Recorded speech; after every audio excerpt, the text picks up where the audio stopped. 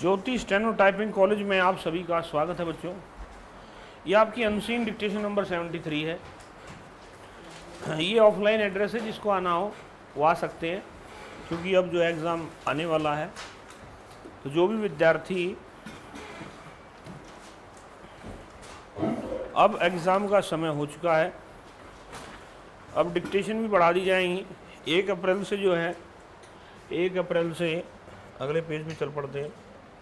1 अप्रैल से डिक्टेशन 9 बजे, 10 बजे, 11 बजे, 12 बजे एसएससी की होंगी। दोपहर के बाद 2 बजे, 3 बजे, 4 बजे और 5 बजे। इसको 4 बजे तक रखेंगे। 3 जो है हम सीन करेंगे, 3 डिक्टेशन सीन करेंगे। ये हज़ार वर्डों की रहेंगी, ये हज़ार वर्डों की रहेंगी। और जो 5वीं है वो इकट्ठी तीनों बोली जाएंगी, वो 3000 वर्डों की। ठीक है, 5 बजे बोलेंगे। एसएससी के लिए 9 बजे, 10 बजे, 11 बजे, 12 बजे, और एक रात को 9 बजे होगी। वो एसएससी का महासंग्राम होगा। उस महासंग्राम में जो ऑनलाइन बच्चे हैं वो भी देंगे, ऑफलाइन वाले भी देंगे। इसका प्रॉपर टेस्ट साथ में ही रिजल्ट आएगा। इनके रिज़ल्ट आप खुद चेक करोगे, खुद देख सकते हो। इसका रिज़ल्ट जो है, जैसे आज 9 बजे लिया है, अगर डाटा का चक्कर पड़ता है तो अगले दिन पढ़ाएंगे, नहीं तो उसी दिन कराएं 50 मिनट के बाद। बताओ आप सारे बैठे हो। नहीं, मेरे को कोई दिक्कत नहीं, 10 बजेंगे तो, क्योंकि उसमें तभी तो कंपटीशन बनेगा। और जो दूसरे बच्चे हैं आरपीसी क्लास वाले, उनका क्लास जो है 8 बजे रहेगा। 8 बजे उनकी डिक्टेशन आएगी। जितना वो पढ़ रखा उनमें से कोई भी डिक्टेशन बोलेंगे। 9 बजे तो 9 बजे रिजल्ट पढ़ दें या अगले दिन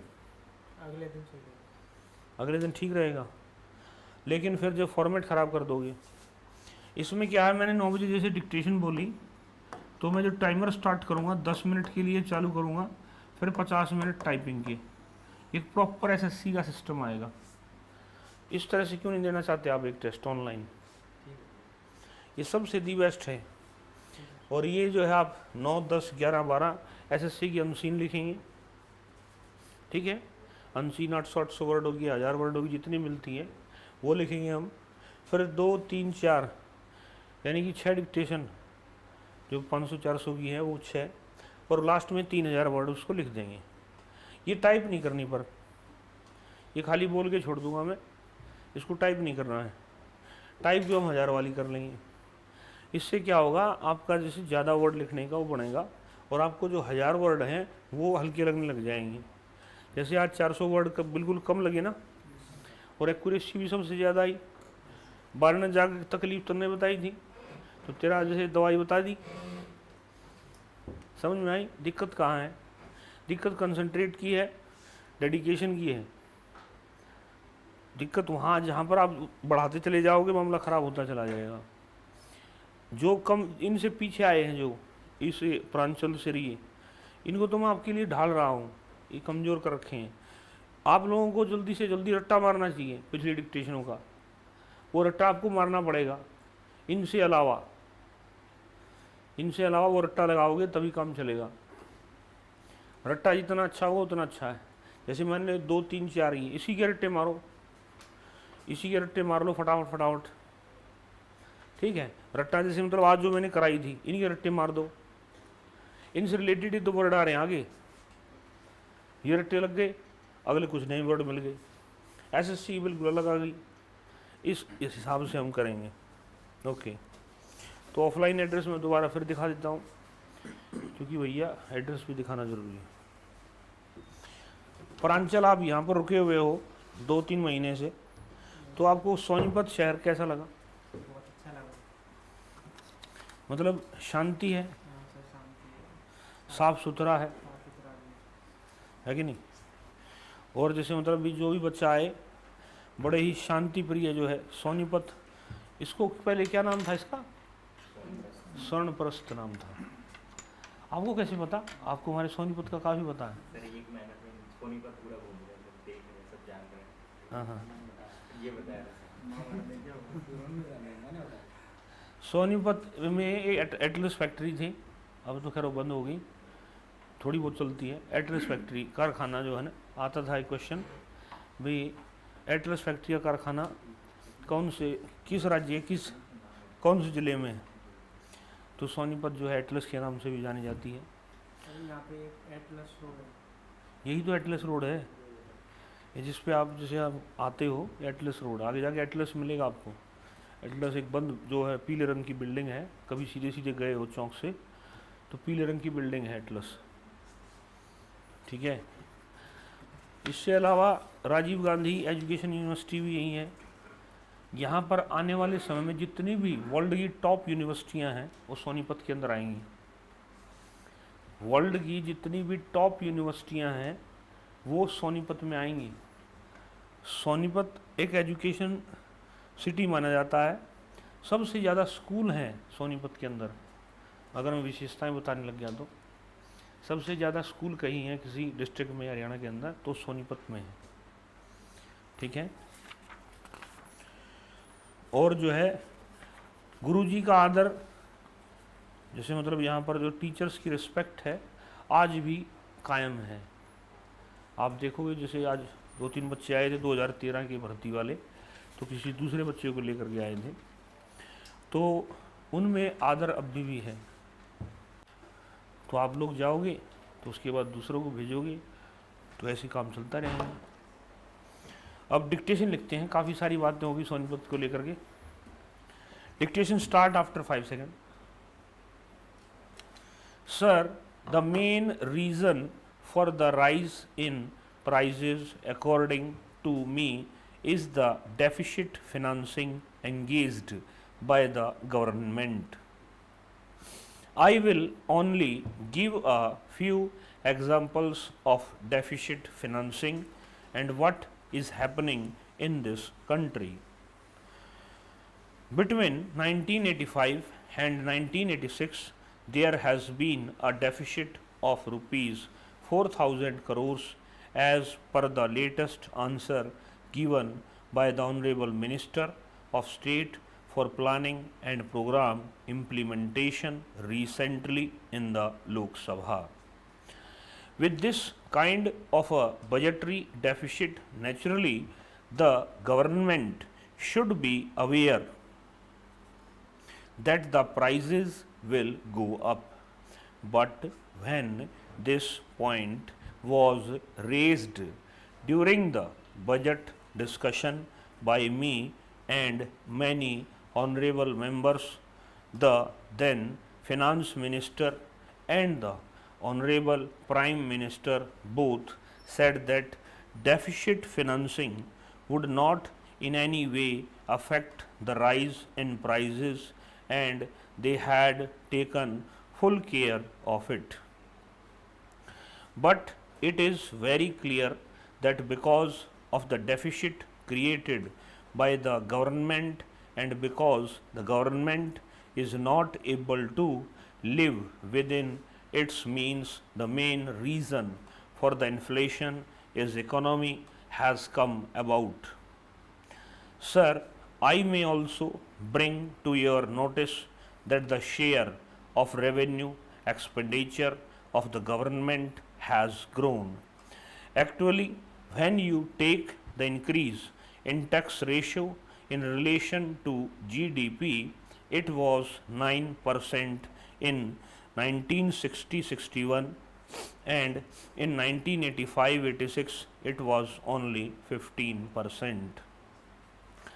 The tax ratio has not increased commensurate to the expenditure, and what happened consequently is that there has been created a deficit and the deficit has to be managed by the government by various methods.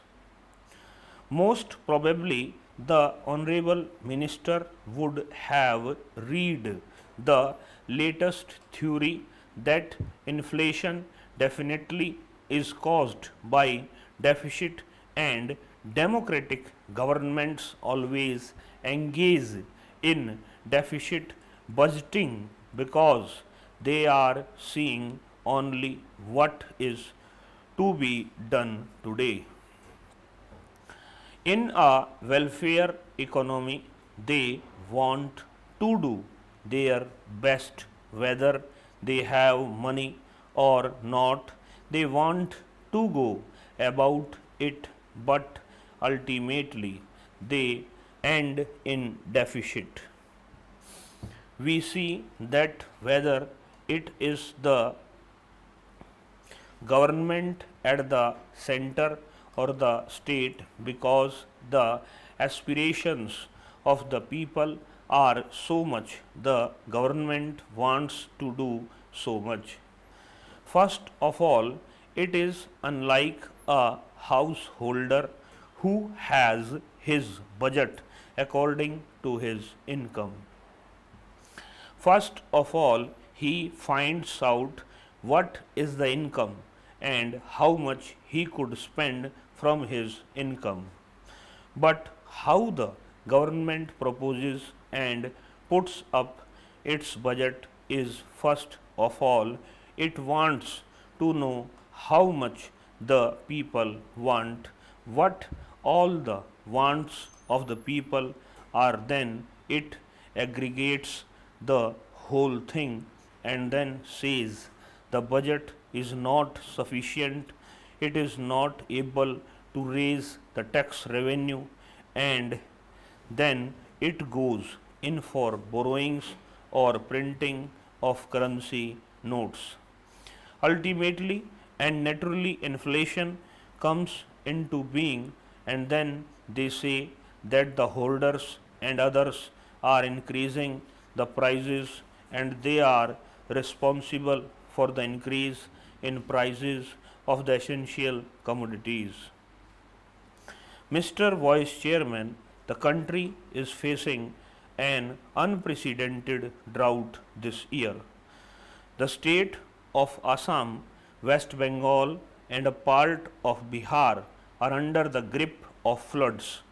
So, the country is subjected to one form of national calamity. This is the time for hoarders, black marketers, and other antisocial elements to play havoc with the society.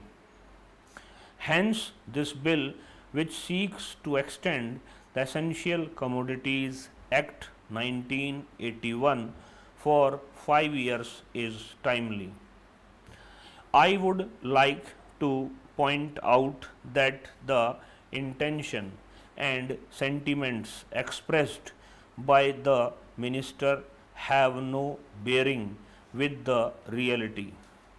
We should make essential commodities available to the people, to the millions of our people, particularly those who are below the poverty line, those who are half fed, and those who are compelled to go without food.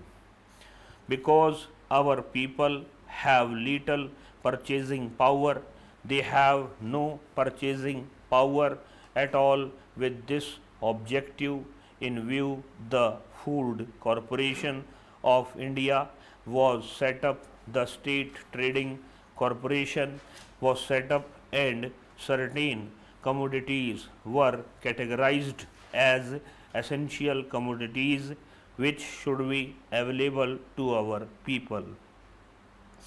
But unfortunately, everyone knows, and it is very agonizing to find that the price increase has continued to gallop during the recent times. The index for all commodities with base of 100 in 1971 today stands at 402. If we look at the index for food articles, we find that here too there is a serious inflation.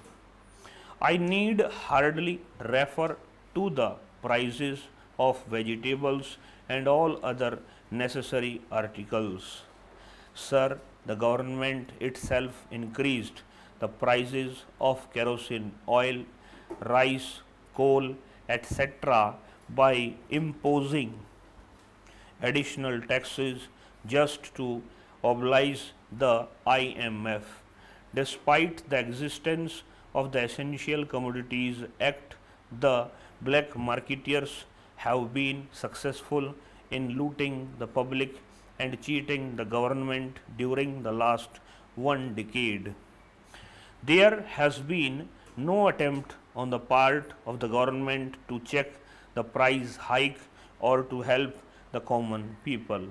Actually, they lack the political will to punish the black marketers and to help the common people.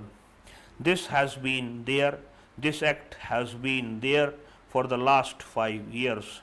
Now, what is the position with regard to the number of raids conducted from the year 1983 onwards? Sir, you might have seen that the government dismisses the striking workers or the employees because they are striking for their justified demands. But how many of the black marketers and corrupt officials who were found guilty of looting the poor people and cheating the government have been punished? You do not arrest them because you need help from them in order to come to power at the center. If you really want to check the price rise, you must act. If you do not act, then the provision would be a mere eyewash just to hoodwink the people and the press of this country.